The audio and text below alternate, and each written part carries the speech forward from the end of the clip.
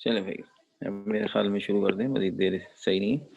हम पहुंच गए थे बड़े अहम हिस्से पर। अल्काइंस के रिएक्शन ऑलमोस्ट खत्म हो गए थे। Oxidation of alkyne bye KMnO4 भी हमने कर लिया था। और अब मैंने आपसे कहा था कि एक स्पेशल सेगमेंट हमें अल्काइंस का करना है, जो दरअसल अल्काइन और अल्कीन में डिफरेंस करेगा। अभी तक तो ऐसा लग रहा है कि अल्कीन अल्काइन बिल्कुल एक ही सफ में खड़े हुए हैं। जो काम हमने अल्कीन से लिए थे वही हमने अल्काइन से लिए, बस फर्क ये था कि अल्कीन में एक पाई बॉन्ड था, अल्काइन में 2 पाई बॉन्ड थे, तो वही काम डबल हो गया, लेकिन हुए वही काम, वही गिन के सारे रिएक्शन। और हमें एक मसला ये आन पड़ा है कि ऐसा कोई टेस्ट हमारे सामने आना चाहिए जिससे हम अल्कीन और अल्काइन में फ़र्क कर सकें। तो उसके लिए अब ये जो आखिरी हिस्सा है ये हमारा इशू होगा। तो आइए ज़रा देखें ये क्या चीज़ है। ये है जनाब अब सब्स्टिट्यूशन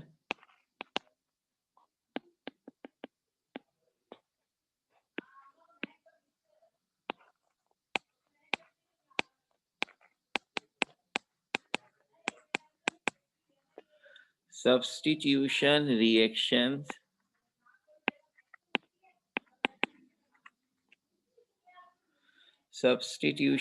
reactions of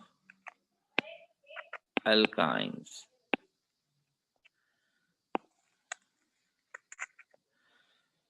ये क्या बात हेडिंग डाल दी अजीब सी। अरे बाबा, आपने तो चैप्टर शुरू करते ही जो डिफरेंशिएट लिखवाए थे उसमें कहा था दे कि सैचुरेटेड और अनसैचुरेटेड में, कि अनसैचुरेटेड के कैरेक्टरिस्टिक रिएक्शंस हैं एडिशन। कैरेक्टरिस्टिक का मतलब होता है वो रिएक्शन जिनकी मदद से ये पहचाने जाते हैं, या जो इनकी सबसे बड़ी खूबी है। इसका ये तो मतलब नहीं है कि दूसरे कोई रिएक्शन वो करते ही नहीं है। अगर दूसरा कोई रिएक्शन वो करते हैं तो वो एक इनका माइनर कैरेक्टर होगा, तो ऐसे ही समझिए। तो in addition to the addition reaction, जो कि ये माशाल्लाह इतने सारे किए हैं इन्होंने, अल्काइंस में एक छोटी सी खूबी ये भी है कि ये सब्स्टिट्यूशन भी करते हैं। और ये अजीब सी बात लग रही है, तो इस अजीब सी बात का फौरन जवाब दे देते हैं हम। और वो जवाब लिख दिया हमने नीचे, एसिडिक कैरेक्टर ऑफ अल्काइंस। ये क्या बात हुई? तो दोनों ही बातें समझ में नहीं आ रही, जबकि मेरा ख्याल में नीचे जो हमने एसिडिक कैरेक्टर लिखा है वो ऊपर वाली बात का जवाब है। कैसे? आइए पहले इस बात को समझ लेते हैं। रिएक्शन तो बहुत ही आसान से है, लेकिन असल तो ये बात समझना है कि ये क्या सब्स्टिट्यूशन कहाँ से आ गई और ये एसिडिक कहाँ से आ गया। कौन होते हैं एसिड? एसिड होते हैं वो केमिकल्स जो पानी में जाते हैं तो H पॉजिटिव आयन प्रोवाइड करते हैं। ऐसा ही है। हमने कहा अल्काइंस भी ऐसा करते हैं, बहुत ही लोअर एक्सटेंट पर, मगर करते हैं। क्या? मसलन पहला अल्काइन है इथाइन। तो हमने कहा ये इथाइन एसिडिक है। जब आप इसे पानी में डिसॉल्व करते हैं तो जस्ट लाइक एसिड्स ये हाइड्रोजन आइंस प्रोवाइड करता है। कौन से? दो ही तो हैं, नजर आ रहे हैं आपको। तो ये दोनों हाइड्रोजन H प्लस की सूरत में डिसोसिएट होंगे और पीछे बच जाएगा 2 कार्बन्स के दरमियान ट्रिपल बॉन्ड, और चूंकि उससे 2 H प्लस अलग हो गए हैं तो उसका -2 चार्ज आएगा। इस आयन को ऑर्गेनिक में एसीटालाइड आयन कहते हैं और इनऑर्गेनिक में कार्बाइड आयन कहते हैं। एकदम से आपको याद आएगा कैल्शियम कार्बाइड, जिससे आपने इथाइन बनाया था, वो ऐसा ही आयन था। अच्छा, तो हमारा कहना ये है कि अगर आप थोड़ी देर के लिए इस पर बहस ना करें कि अल्काइन एसिडिक क्यों है, सिर्फ ये मान लें कि हाँ अल्काइन एसिडिक है, ऐसा है, तो ऊपर वाली बात यानी सब्स्टिट्यूशन खुद ही समझ में आ जाएगी। अगर अल्काइन पानी में जाकर अपने H पॉजिटिव इस वजह से अलग कर देता है कि उसमें एसिडिक खूबियां हैं, तो अब आप खुद समझ जाइए, जैसे ही ये पानी में जाकर H पॉजिटिव अलग हो गए और हमें एक एनाइन मिल गया जिस पर -2 का चार्ज है, तो अब कोई भी कैटाइन इसके साथ मिल सकता है। तो आप क्या कहेंगे? अल्काइन ने अपने हाइड्रोजन अलग किए और किसी कैटाइन के साथ जुड़ गया, तो ये सब्स्टिट्यूशन हुए। तो सारे सब्स्टिट्यूशन रिएक्शंस में अल्काइन क्या करेगा? अपने एसिडिक हाइड्रोजन को रिप्लेस करेगा किसी बहुत ही स्ट्रॉन्ग इलेक्ट्रोपॉजिटिव कैटाइन से, और वो स्ट्रॉन्ग इलेक्ट्रोपॉजिटिव कैटाइन अमूमन मेटल्स के होंगे। तो कुछ सिलेक्टेड मेटल्स हैं जो ये काम बड़ी आसानी से करते हैं और उन्हीं का तस्करा हम करेंगे। तो इसका मतलब है कि अगर अल्काइंस में मौजूद हाइड्रोजन एसिडिक नेचर होने की वजह से एक्वस सॉल्यूशन में खुद ही आयोनाइज होकर हट जाएं, तो कोई भी दूसरा कैटाइन जो H पॉजिटिव से ज्यादा स्ट्रॉन्ग कैटाइन है वो बड़े मजे से उसे रिप्लेस कर सकता है। ठीक हो गई बात। अब सवाल ये पैदा हुआ कि ये हाइड्रोजन एसिडिक क्यों है। तो सबसे पहले तो हम ये बता दें कि कौन सा हाइड्रोजन एसिडिक है। तो जनाब बात ये है, जो ट्रिपल बॉन्ड बनाने वाले कार्बन के साथ हाइड्रोजन अटैच होगा ना, वो एसिडिक है। इत्तेफाक से इथाइन के केस में जो पहला अल्काइन हमने लिखा है उसमें दोनों हाइड्रोजन जिन कार्बन एटम्स के साथ लगे हुए हैं वो ट्रिपल बॉन्डेड हैं, इसलिए ये दोनों हाइड्रोजन ही एसिडिक थे। लेकिन अगर मैं अब आपके सामने प्रोपाइन लिखूं और आपसे पूछूं कि इसमें टोटल 4 हाइड्रोजन है, क्या चारों एसिडिक हैं, चारों रिप्लेस हो सकते हैं? या तो हमने कहा यस सर, इसमें चारों एसिडिक नहीं है। जो बात आपने कही उसके मुताबिक वो कार्बन जो ट्रिपल बॉन्ड बना रहे हैं उनके साथ जो हाइड्रोजन लगेगा वो एसिडिक होगा। तो ये जो तीन तीन हाइड्रोजन है ये तो उस कार्बन के साथ लगे हुए हैं जो सिंगल बॉन्ड बना रहा है, इसका इस खेल से कोई लेना देना नहीं है। तो ट्रिपल बॉन्ड बनाने वालों में इस कार्बन पर तो कोई हाइड्रोजन है ही नहीं, इस कार्बन के साथ ये हाइड्रोजन लगा हुआ है, तो दिस हाइड्रोजन इज एसिडिक। तो अब अगर आप मुझे प्रोपाइन की बात बताएंगे तो पानी में जाकर प्रोपाइन अपने आप को कैसे आयनाइज करेगा? प्रोपाइन का सिर्फ एक हाइड्रोजन एसिडिक होगा, बाकी सब अपनी जगह पर रहेंगे। ये नेगेटिव आयन बन जाएगा क्योंकि इस कार्बन का H प्लस अलग हुआ है। Gate my point. तो इसका मतलब है अल्काइंस का स्ट्रक्चर देखिएगा, जो दो कार्बन ट्रिपल बॉन्ड बना रहे हैं ना उनके साथ जो हाइड्रोजन लगा है वो एसिडिक होगा। जो बाकी कार्बन्स के साथ जो नॉर्मल सिंगल बॉन्ड वाले हैं उनका हाइड्रोजन एसिडिक नहीं होगा। अगर ऐसी बात है तो फिर एक अल्काइन मैंने बनाया 2 ब्यूटाइन, बताइए इसमें कौन एसिडिक है? तो आपने कहा सर जो आपने कही बात उसके मुताबिक ट्रिपल बॉन्ड बनाने वाले कार्बन के साथ जो हाइड्रोजन लगे होते हैं वो एसिडिक होते हैं। यहाँ तो ट्रिपल बॉन्ड के साथ कोई हाइड्रोजन ही नहीं लगा हुआ सर, जो दोनों कोनों पर CH3 है वो तो सिंगल बॉन्डेड है। इसका मतलब है 2 ब्यूटाइन इज नॉट एसिडिक। ओहो, ये क्या कहानी हो गई सर? इट मीन्स सारे अल्काइन एसिडिक नहीं है। जिन अल्काइंस में ट्रिपल बॉन्ड के साथ हाइड्रोजन लगा होगा सिर्फ वो एसिडिक हैं। जिनके ट्रिपल बॉन्ड के साथ हाइड्रोजन नहीं लगा होगा वो एसिडिक नहीं है। तो थोड़ी सी अकल इस्तेमाल करें। अगर ट्रिपल बॉन्ड फर्स्ट कार्बन पर कोने पर होगा तभी उसके साथ हाइड्रोजन लगा होगा और तभी वो एसिडिक होगा। वो सारे अल्काइन जिनका ट्रिपल बॉन्ड बीच में आ रहा है कहीं भी, उनके साथ हाइड्रोजन नहीं होता। इसका मतलब है ये जो भी खूबी है सब्स्टिट्यूशन रिएक्शंस की और ये जो भी एसिडिक कैरेक्टर है, it is not with all alkynes, it is only with those alkynes which have their triple bond at the corner. ऐसे अल्काइंस को टर्मिनल अल्काइंस कहते हैं, या दूसरा नाम है चूंकि इनका ट्रिपल बॉन्ड कोने पर है तो वो कोना फर्स्ट कार्बन कहलाएगा, तो वन अल्काइंस कहते हैं। तो फिर तो हेडिंग ही गलत हो गई, हमने कहा इसलिए तो मैंने चालाकी देखें क्या की थी, सब्स्टिट्यूशन रिएक्शंस ऑफ अल्काइन जब लिखा तो ऑफ और अल्काइन के बीच में जगह छोड़ दी थी, आपको पता नहीं चला, ताकि मैं यहाँ ऐसे लिख सकूं। This is actually substitution reactions of one alkynes, an acidic character of one alkynes, not for all alkynes, this is only for those alkynes जिनका ट्रिपल बॉन्ड फर्स्ट कार्बन पर है और जैसा कि मैंने कहा उनके लिए एक और नाम है टर्मिनल अल्काइंस। सो अब ये को जो भी रिएक्शन है this is only for terminal alkynes, जिसमें इथाइन शामिल है, ऑब्वियसली इसके तो दोनों ही कार्बन टर्मिनल है। प्रोपाइन शामिल है, 1 ब्यूटाइन शामिल होगा मगर 2 ब्यूटाइन नहीं होगा। अब मैं 1 ब्यूटाइन आपके सामने लिखूं तो उसमें कोने पे ट्रिपल बॉन्ड होने की वजह से जो कोने वाला कार्बन है उसके साथ एक हाइड्रोजन लगा हुआ है, दिस हाइड्रोजन इज एसिडिक। तो सबसे पहली बात हमें ये समझनी हुई कि सिर्फ वही कार्बन पानी में डिसोसिएट होकर एसिडिक कैरेक्टर दिखाता है जो ट्रिपल बॉन्ड बनाने वाले कार्बन पर अटैच हो। ट्रिपल बॉन्ड बनाने वाला कार्बन sp हाइब्रिडाइज्ड होता है। तो sp हाइब्रिडाइज्ड कार्बन जब हाइड्रोजन के साथ बॉन्ड बनाता है तो वो निस्बतन वीक बॉन्ड है as compared to the carbon which is forming single bond और which is forming double bond. तो अल्केन और अल्कीन में जो हाइड्रोजन होते हैं उनके मुकाबले में ये जो ट्रिपल बॉन्ड वाले अल्काइन के साथ हाइड्रोजन लगा हुआ है ये निस्बतन वीक बॉन्ड है, इसलिए ये पानी में आयनाइज होता है। लेकिन ये जहन में रहे, this ionisation is very very minor, और ये जो भी अल्काइन एसिडिक सोल्यूशन बनाते हैं वो बेतहाशा वीक एसिड होता है। बस ये समझ लीजिए कि बराए नाम एसिडिक कैरेक्टर है जिससे ये सब्स्टिट्यूशन कर लेते हैं, अदरवाइज इनमें नॉर्मल एसिड्स की जैसी कोई खूबी नहीं होती है, बहुत वीक एसिडिक कैरेक्टर है। बहरहाल अब ये सबसे अहम बात आपके लिए क्या है कि आप ये समझ जाएं कि अब जो भी रिएक्शन हम करने वाले हैं सब्स्टिट्यूशन, उसकी वजह अल्काइंस का एसिडिक कैरेक्टर था। सारे अल्काइंस एसिडिक नहीं होते, सिर्फ वो अल्काइन एसिडिक होते हैं जिनका ट्रिपल बॉन्ड लेफ्ट या राइट कॉर्नर पर हो, यानी फर्स्ट कार्बन पर हो।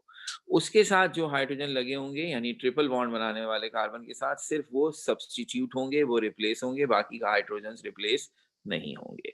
तो इस हिसाब से जो भी रिएक्शंस मैं आगे बताने जा रहा हूं वो सारे अल्काइंस के नहीं है, सिर्फ टर्मिनल अल्काइंस के हैं, इसलिए मैं वहां जनरल इक्वेशन नहीं लिख सकता।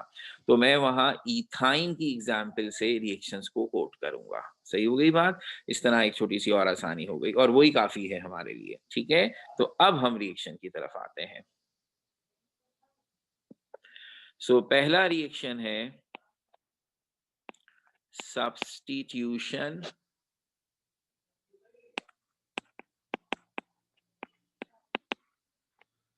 बाय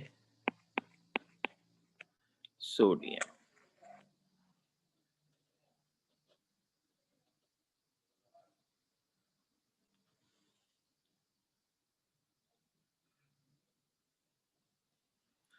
तो अब चूंकि ये रिएक्शन इथाइन के जरिए होगा और इथाइन में आपको दिखा दिया हमने दोनों हाइड्रोजन एसिडिक हैं, दोनों रिप्लेस हो सकते हैं। इथाइन जब सोडियम मेटल के साथ रिएक्शन करता है तो because of its acidic nature of hydrogen ये हाइड्रोजन सोडियम से रिप्लेस होंगे, मगर एक एक करके। तो पहले एक हाइड्रोजन रिप्लेस होगा और उसकी जगह सोडियम लगेगा और वो hydrogen as hydrogen gas displace हो जाएगा। इक्वेशन को बैलेंस करना पड़ेगा, तो ऐसे होगा और ये कंपाउंड कहलाएगा सोडियम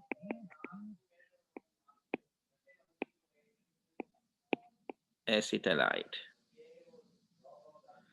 तो इस तरह दूसरा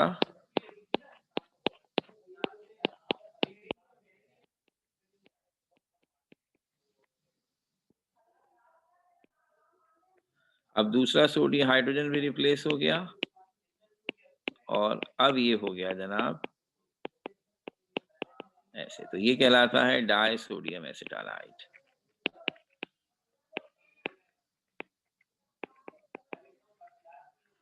तो ये सोडियम मेटल यानी ऐसे मेटल जो बहुत ही रिएक्टिव होते हैं उनका है रिएक्शन। इन दोनों में हमें थोड़ा थोड़ा सा हीट करना पड़ता है और इस तरह दो स्टेप्स में हमें ये सब्स्टिट्यूशंस मिलती हैं।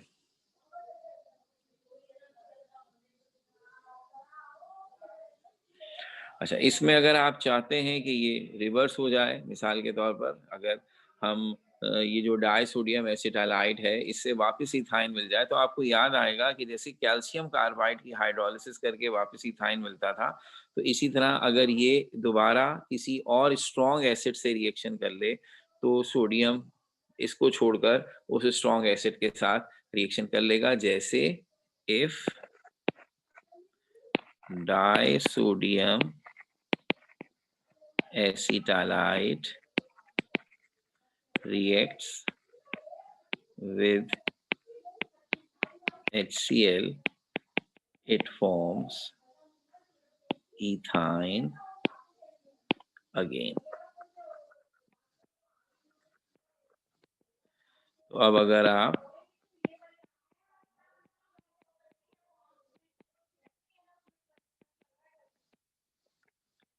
टू NaCl अलग हो गए और ये इथाइन वापस।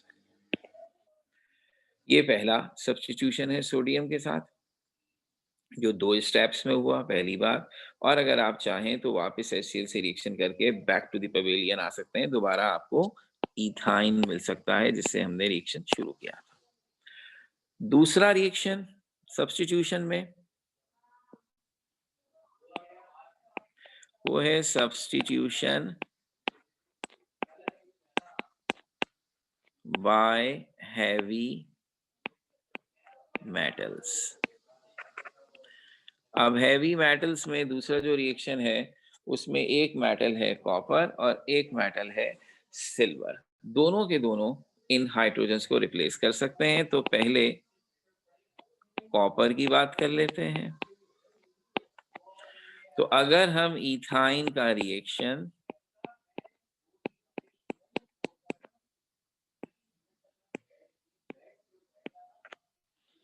क्यूप्रस क्लोराइड है, ये कंपाउंड का नाम क्यूप्रस क्यूप्राइड क्यूप्रस क्लोराइड अमोनिया की मौजूदगी में, तो हम इसे यूं भी कह देते हैं अमोनिकल क्यूप्रस क्लोराइड। ऐसा क्यूप्रस क्लोराइड जिसमें अमोनिया मिला हुआ हो। तो ये रिएक्शन करके क्या करते हैं, एक ही स्टेप में, अब ऊपर वाले की तरह नहीं होगा वो सोडियम वाले की तरह, एक ही स्टेप में दोनों हाइड्रोजन एक साथ रिप्लेस होंगे और ये बन जाएगा। तो इस तरह साइड प्रोडक्ट बना HCl, ये बन गया कॉपर एसिटाइलाइट।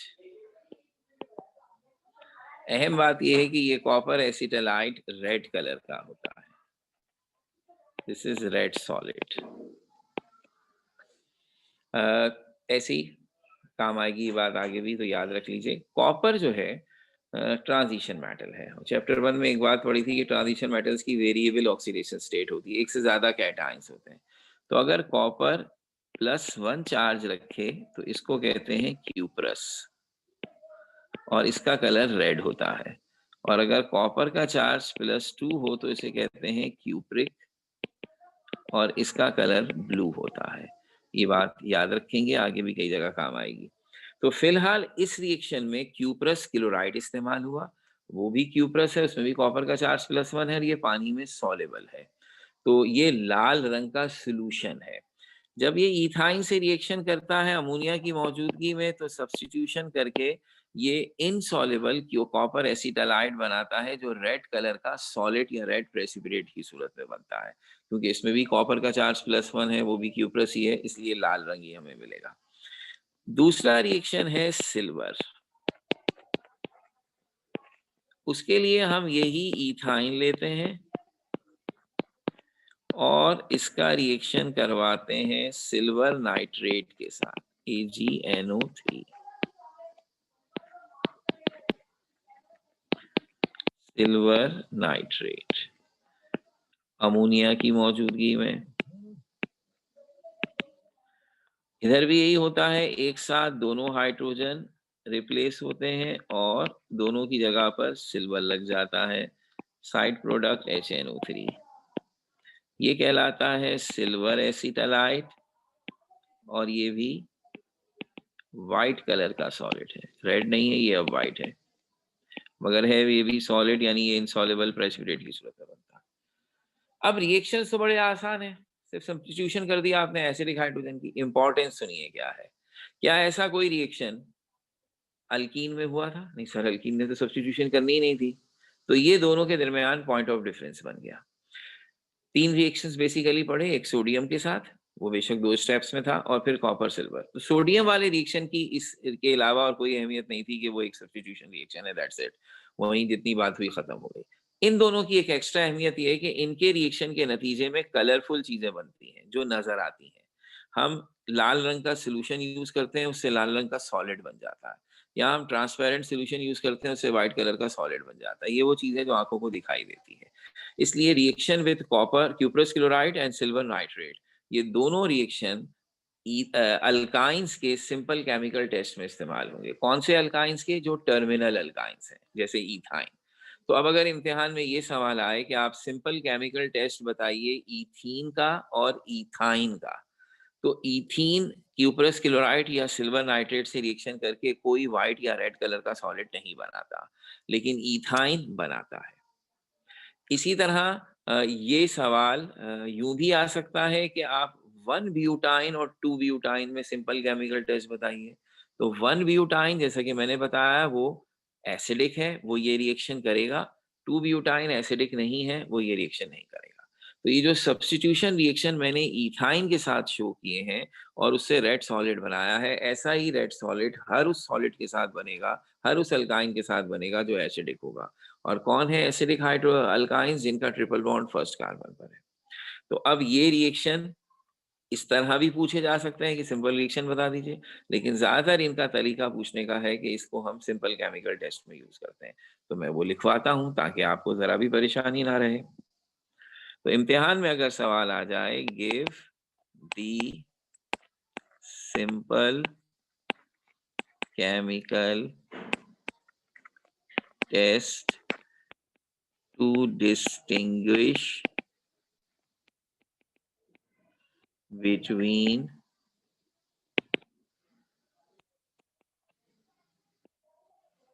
ethene and ethyne। और इसी तरह का दूसरा बनता है 1 ब्यूटाइन एंड 2 ब्यूटाइन। यानी यूं याद रखिए कि अब आप किसी भी अल्कीन और टर्मिनल अल्काइंस के दरमियान सिंपल केमिकल टेस्ट कर सकते हैं। Not for all alkynes, terminal alkynes. तो उसकी एग्जांपल इथीन इथाइन हो गए। इसी तरह आप दो ऐसे अल्काइंस के दरमियान भी टेस्ट कर सकते हैं जिनमें से एक टर्मिनल हो और एक टर्मिनल ना हो, जैसे 1 ब्यूटाइन और 2 ब्यूटाइन। ये दोनों अल्काइंस हैं, मगर फर्क क्या है कि 1 ब्यूटाइन में ट्रिपल बॉन्ड फर्स्ट कार्बन पर है, तो उसमें एसिडिक हाइड्रोजन है, ये सब्स्टिट्यूशन करेगा।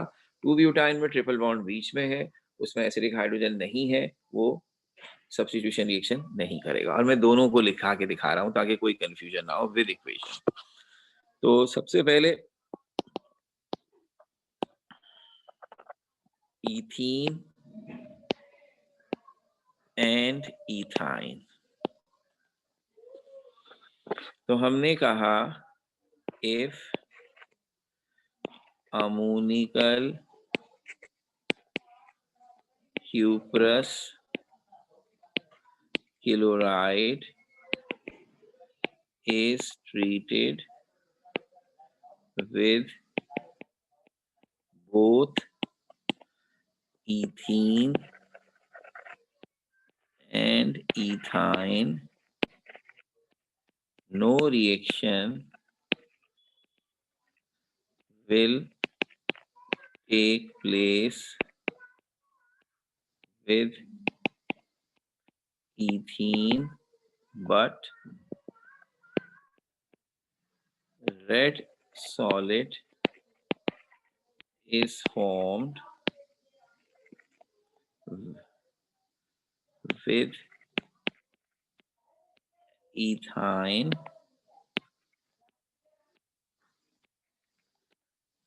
as it is acidic due to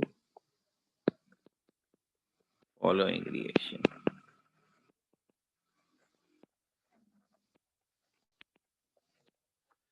तो चूंकि अमोनिकल क्यूप्रस क्लोराइड जब हम इथीन और इथाइन दोनों से उसको मिलाएं, इथीन में कुछ भी नहीं होगा, जैसे अमोनिकल क्यूप्रस क्लोराइड है वैसे ही रहेगा, कोई रिएक्शन हुआ ही नहीं।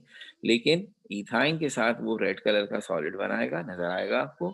और उसकी वजह ये कि इथाइन एसिडिक है और क्या रिएक्शन करता है, वो वही रिएक्शन है जो अभी थोड़ी देर पहले आपने लिखा है। तो आप उसकी इक्वेशन मेंशन करें कि ये क्यूप्रस क्लोराइड अमोनिया की मौजूदगी में ये सब्स्टिट्यूशन करता है और ये बन गया कॉपर एसीटालाइट, जो कि रेड कलर का सॉलिड है। आप यही रिएक्शन सिल्वर नाइट्रेट से भी लिख सकते हैं। उस सूरत में आप लिखते हैं कि if ammoniacal silver nitrate is treated with both ethene and ethyne, और reaction will take place with ethene, but white solid is form with ethyne as it is acidic due to following reaction. और फिर यहाँ silver nitrate वाला reaction लिखते थे। हम ये काम दूसरे वाले में कर देते हैं ताकि दोनों से एक एक जवाब बन जाए। तो ये इससे हो गया। और अब 1 ब्यूटाइन और 2 butyne,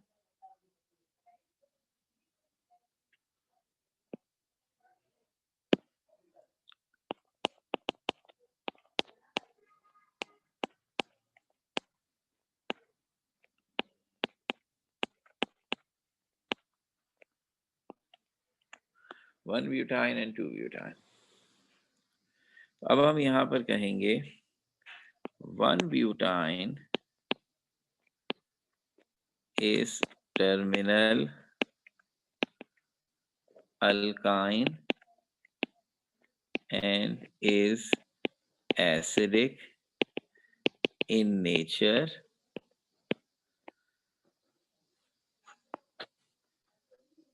when ammonical silver nitrate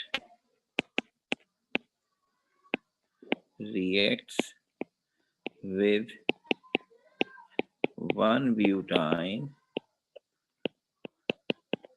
it forms white solid due to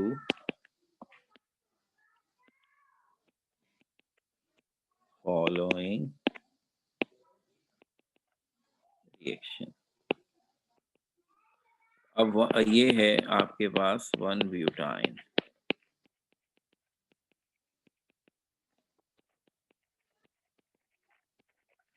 और आपको ये रियलाइज करना है कि सिर्फ ये वाला हाइड्रोजन एसिडिक है जो ट्रिपल बॉन्ड बनाने वाले कार्बन्स के साथ है। तो when it react with silver nitrate which is ammoniacal as well, तो एरो के ऊपर अमोनिया लिख दिया,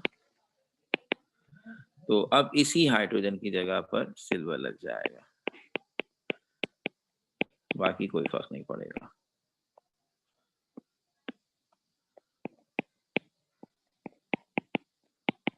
और ये बन गया H। इसका नाम होगा, अगर आप रियलाइज करें तो ये चीज एसिटालाइट है, ये सिल्वर है और ये इथाइल है, तो इसका नाम होगा सिल्वर इथाइल एसिटालाइट और ये वाइट सॉलिड होगा।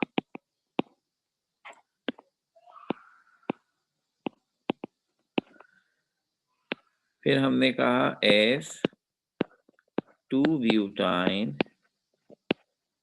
is not acidic, no white solid will form when it reacts with ammonical silver nitrate।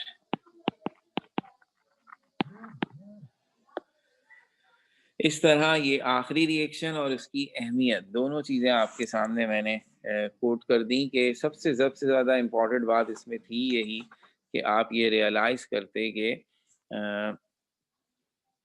Alkynes और alkenes in general her chemical characteristics के लिहाज से सिमिलर चल रहे थे, सिर्फ ये एक छोटा सा हिस्सा डिफरेंट आ गया और इसका हमें फ़ायदा ये हुआ कि अब हम इसको इस्तेमाल करके अल्कीन और अल्काइन में, या कह लीजिए अल्कीन और टर्मिनल अल्काइंस में डिफरेंस कर सकते हैं।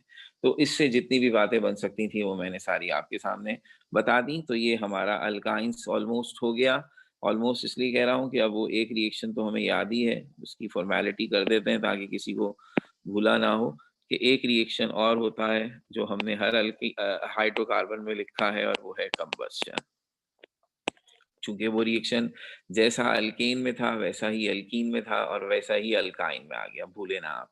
सारे हाइड्रोकार्बन जब हवा में जलाए जाते हैं they always form carbon dioxide and water with a large amount of heat. तो ये भी यहाँ ऐसे ही होगा, बस हमें बैलेंसिंग की फिक्र करनी होगी।